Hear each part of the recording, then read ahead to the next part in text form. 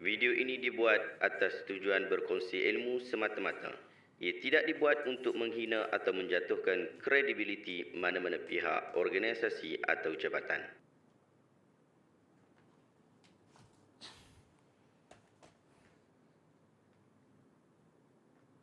Assalamualaikum warahmatullahi wabarakatuh. Saya Syahabuddin. Terima kasih banyak kerana anda berada di channel YouTube saya dan terima kasih banyak jika anda telah tekan butang subscribe. Kalau belum tekan butang berkenaan, tekan butang itu sekarang. Jika ada video yang bermanfaat, insya-Allah akan ada di feed YouTube anda. Sahabat-sahabat, baru-baru ni saya diberikan satu video berkaitan tentang apa lafaz pertama selepas kita bagi salam. Jadi, jom kita tengok video berkenaan sama-sama dan kita berikan reaction selepas daripada itu.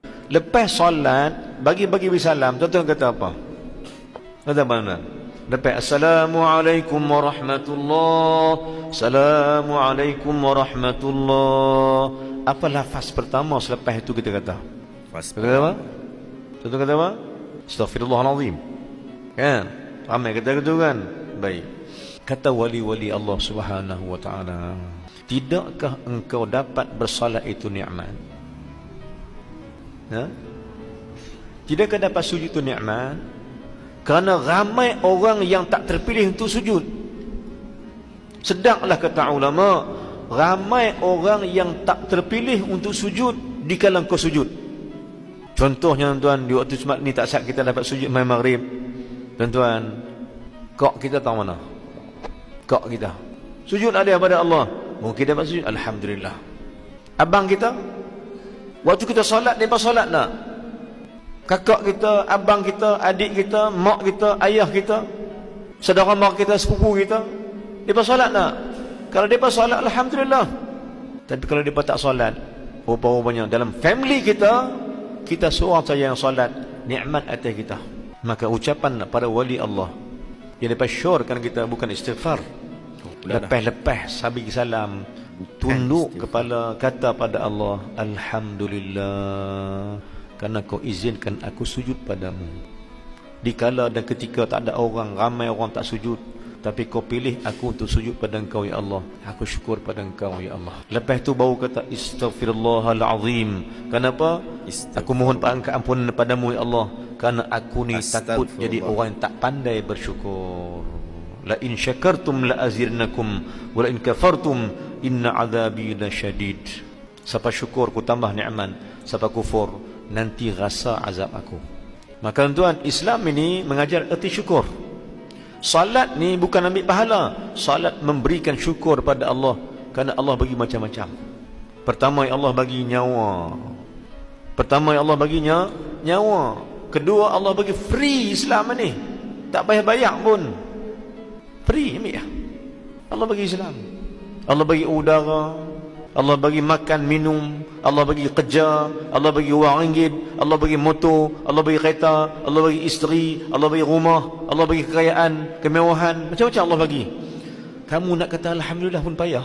Alhamdulillah sahabat-sahabat, kita telah menonton video berkenaan sama-sama. Jom kita berikan sedikit reaction berkaitan tentang video ini. Pertamanya saya nak bagi disclaimer sekali lagi. Seperti biasa saya bagi disclaimer bahawa reaction ini tidaklah tertuju kepada ustaz berkenaan. Bahkan sampai ke hari ini saya tak cek pun background ustaz tu siapa. Siapakah ustaz itu, betulkah dia ni ustaz, background pengajian dia macam mana dan seumpama dengannya. Saya tak kenal pun beliau. Jadi ia bukanlah kritikan kepada peribadi beliau. Yang kita kritik ataupun yang kita berikan ulasan ini, yang kita berikan reaction ini adalah berkaitan tentang video yang telah viral diberikan kepada saya untuk saya berikan reaction. Sahabat-sahabat, ustaz ini sebut selepas salat bukanlah membaca astaghfirullah, tetapi dia sebut kita kena kata alhamdulillah. Bahkan dia kritik pula, dia kata salah pula orang yang sebut astaghfirullah dengan dia bawa kalam-kalam majhul daripada wali-wali Allah. Orang tak kenal pun wali ni siapa. Dia pun tak sebut siapakah wali Allah yang mengatakan seperti itu. Tetapi dia lantang menyatakan bahawa itu adalah kenyataan daripada wali-wali Allah. Yang peliknya, wali-wali Allah yang beliau sebut ini menyanggahi apa yang wali-wali Allah yang lain daripada kalangan para sahabat Nabi radhiyallahu alaihim ajma'in sebut. Dalam satu riwayat, an Thauban radhiyallahu anhu, maula Rasulullah sallallahu alaihi wasallam qala, kana Rasulullah sallallahu alaihi wasallam idza sarafa min salatihi istaghfara thalathan wa qala Allahumma antas salam wa minkas salam salam tabarakta ya dzal jalali wal ikram. Sauban radhiyallahu anhu, pembantu Rasul sallallahu alaihi wasallam, dia pernah sebut, dia kata Rasul sallallahu alaihi wasallam apabila selesai daripada salat, dia akan mengucapkan istighfar sebanyak 3 kali dan berkata Allahumma antas salam wa minkas salam tabarakta ya dzal jalali wal ikram. Hadis ini sahih riwayat Imam Muslim. Dalam hadis tu kita dapat faham bahawa perkataan pertama yang Nabi sallallahu alaihi wasallam sebut ialah astaghfirullah, astaghfirullah, astaghfirullah sebanyak 3 kali.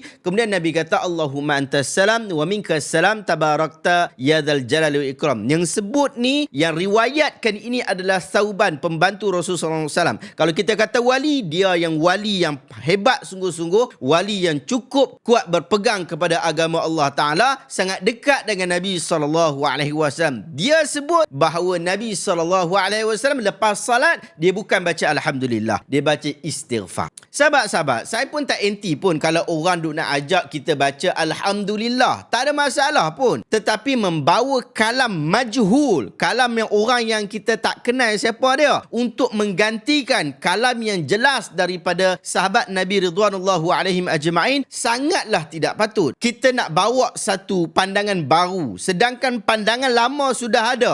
Agama sudah bawa benda ni, dah ada turun-temurun, dan bahkan ia mempunyai sanadnya dan ia adalah hadis yang sahih, berada dalam kitab Sahih Muslim. Kemudian kita nak bawa satu pandangan daripada wali-wali, tak tahu siapa wali tu, tak tahu nama ulama tu, dia kata inilah yang dianjurkan oleh para wali-wali Allah. Kita tak tahu pun siapa dia. Ini adalah satu masalah yang besar. Nak ajak orang untuk baca Alhamdulillah lepas salat, kita tak ada masalah. Tak ada orang pun pertikai nak ajak orang lepas salat baca Alhamdulillah, tak ada masalah. Tapi bila hampir kata bahawa lepas salat mula-mula sekali adalah Alhamdulillah, itu bahaya sebab tidak bertepatan dengan apa yang diajar oleh Nabi SAW.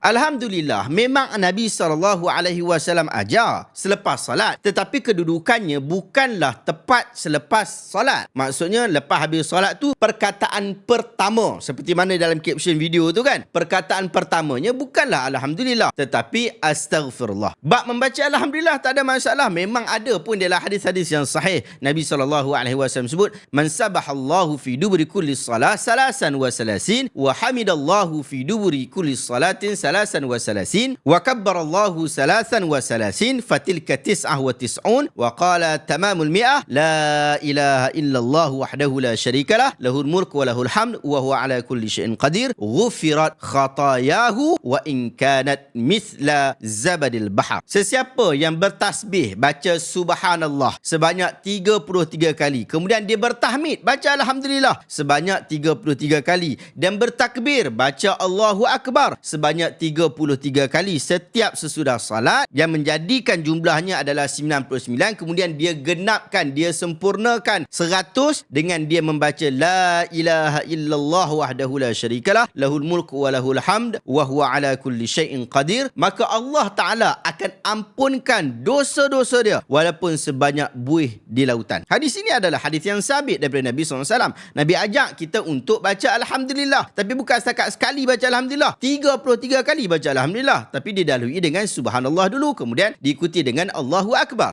Kita tak ada masalah dengan orang nak ajak Alhamdulillah, tak ada masalah. Memang Nabi ajak macam tu, tetapi ia ada tempat dan dia ada kaedah dia. Kalau kita mengaji bab-bab agama, kita akan tahu bahawa ada disiplin yang dibawa apabila kita menyampaikan ilmu yang kita sandarkan kepada agama Allah. Ajaklah sahabat-sahabat, ustaz-ustaz, ustazah-ustazah, ajaklah masyarakat untuk ikut Nabi. Jangan kita suruh mereka ni ikut wali yang kita pun tak kenal, kita pun tak tahu siapa, ataupun kita pun tak berani nak beritahu ke orang siapakah dia. Dibimbangi, wali-wali itu bukanlah siapa-siapa. Ia mungkin hanyalah dakwaan yang direka-reka. Boleh jadi rupa-rupanya wali yang dikatakan wali itu adalah dia sendiri. Akhirnya kita tak mengikut Nabi dalam agama, tetapi kita ikut pak lebay yang tidak maksum dan sengaja berbuat salah. Dengarkan nasihat daripada Ibn Mubarak. Dia kata laulal isnad laqala man syaa ma syaa. Jika tidak kerana sanad, silsilah perawi, setiap orang boleh bercakap apa sahaja yang dia suka. Jelas, golongan salaf minta kita semak sanad dan perawi untuk menilai kesahihan sebelum kita nak percaya sesuatu. Sahabat-sahabat, seorang tabi'in bernama Abdullah Ad-Dailami, dia sebut balaghani anna awwalad din tarkas sunnah yadhhabud din sunnatan sunnatan kama yadhhabul hablu quwwatan quwwatan. Disampaikan kepada aku bahawa perkara pertama yang akan hilang pada agama ialah meninggalkan sunnah. Agama akan mula hilang dengan hilangnya satu demi satu sunnah, seperti mana terlepasnya tali seutas demi seutas. Ada rujuk dalam Musnad Ad-Darimi. Bukan salah sebut Alhamdulillah, tetapi bila awak masukkan pelbagai falsafah-falsafah, seolah-olah salah pula orang yang baca istighfar selepas salat, ini akan menyebabkan orang mendahulukan amalan sendiri berbanding apa yang telah diajarkan oleh baginda Nabi SAW, sehingga akhirnya apa yang diajar Nabi tidak lagi dianggap bernilai. Yang bernilai itu adalah apa yang dibawa oleh wali-wali majhul. Ini adalah satu perkara yang tidak boleh diterima oleh kita semua. Wallahu ta'ala alam. Sahabat-sahabat, adakah anda dapat satu ilmu yang bermanfaat pada hari ini? Jika anda rasa video hari ini bermanfaat, tekan butang share, semoga orang juga mendapat manfaat yang sama. Sahabat, ada buku zikir dan doa Rasulullah SAW sepanjang hari yang kita kumpulkan daripada hadis-hadis yang sahih, hadis-hadis yang hasan, yang memudahkan anda untuk beramal. Selepas salat ada zikir-zikirnya, selepas bangun tidur ada zikir-zikirnya, nak tidur pun ada zikir-zikirnya, dan ada beberapa doa-doa pilihan yang datang daripada sumber yang sahih dan hasan daripada Nabi SAW.